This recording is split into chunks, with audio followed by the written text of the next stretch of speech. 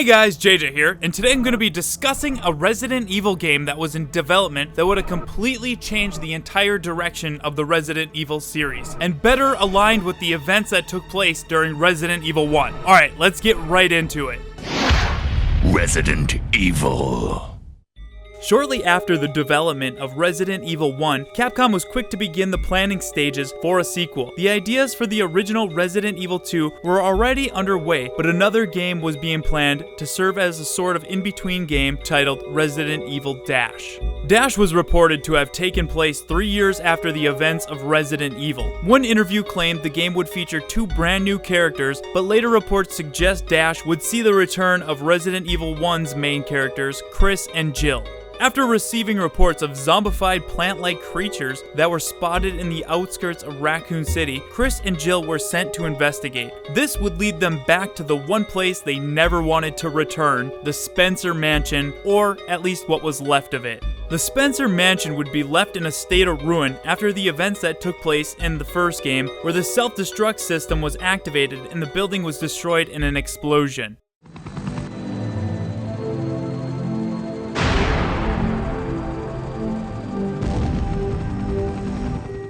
Many of the same locations from the original Resident Evil game would be brought back along with some new undiscovered locations. These areas would have cracks, spider webs, and severe damage to the structure to indicate the destruction from the explosion and the passage of time. Here we can see concept art from the Spencer Mansion ruins that were infested with webs to indicate that a large spider may have taken over the main hall.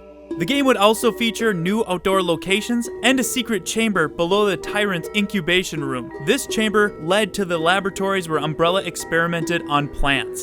These experiments led to the creation of Plant 42, as seen in the original Resident Evil, and the Plant 43 series, as seen in Resident Evil 2 and Resident Evil Outbreak. Because of the explosion, these plants were released and made their way to Raccoon City. Alright, I'm gonna get real deep into the lore here for a second. The original boss for Resident Evil 2 was known as Golgotha. Golgotha resembled what looks to be an evolved plant BOW and is said to have had Wesker's head at the end of its tail. If there was a secret chamber below the Tyrant's incubation room that included these plant BOWs, then it would only make sense one would have consumed Wesker, because that's where his body was after the Tyrant impaled him. What? Don't come this way! No!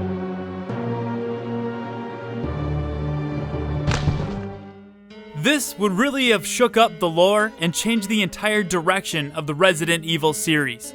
I think this idea was excellent because it gives an explanation as to what created Plant 42 and why we see the Plant 43 series in the underground labs. Gameplay would remain primarily the same as the original Resident Evil, but feature all new weapons and enemies. Other enemies would make a return, such as newer hunters and even a tyrant, but the game would focus primarily on these plant creatures. The original Resident Evil also featured a lot of infected plants, so it would only make sense that if the outbreak occurred at the Spencer Mansion out in the forest, the entire forest would become infected and take over Raccoon City. As great as the concept of Resident Evil Dash sounds, sources claim the idea was abandoned due to the fact that it would slow down development on Resident Evil 2 and delay its release. Although the idea for Dash was scrapped, sources claim that some of the ideas have made their way into other titles. One of those ideas being the battle mode and Gold Tyrant in the Sega Saturn version of Resident Evil 1. Other ideas show up in Resident Evil 2 and Outbreak, as explained earlier, seeing the plant creatures in the underground labs.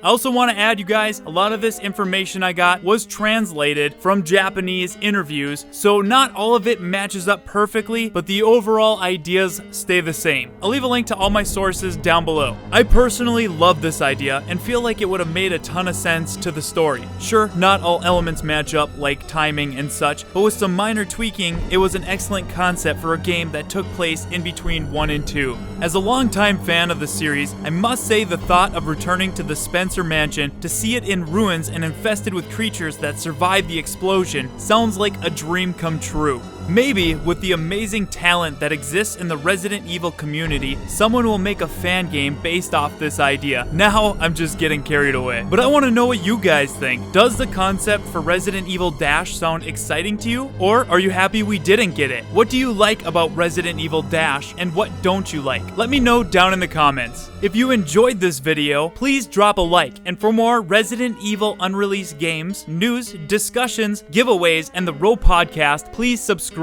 The Residents of Evil is a Patreon-supported channel, so if you'd like to see your name here in the credits or unlock some cool perks, head over to patreon.com/ROEnetwork. As always, thank you guys so much for watching, and I hope to see you back at the Residents of Evil.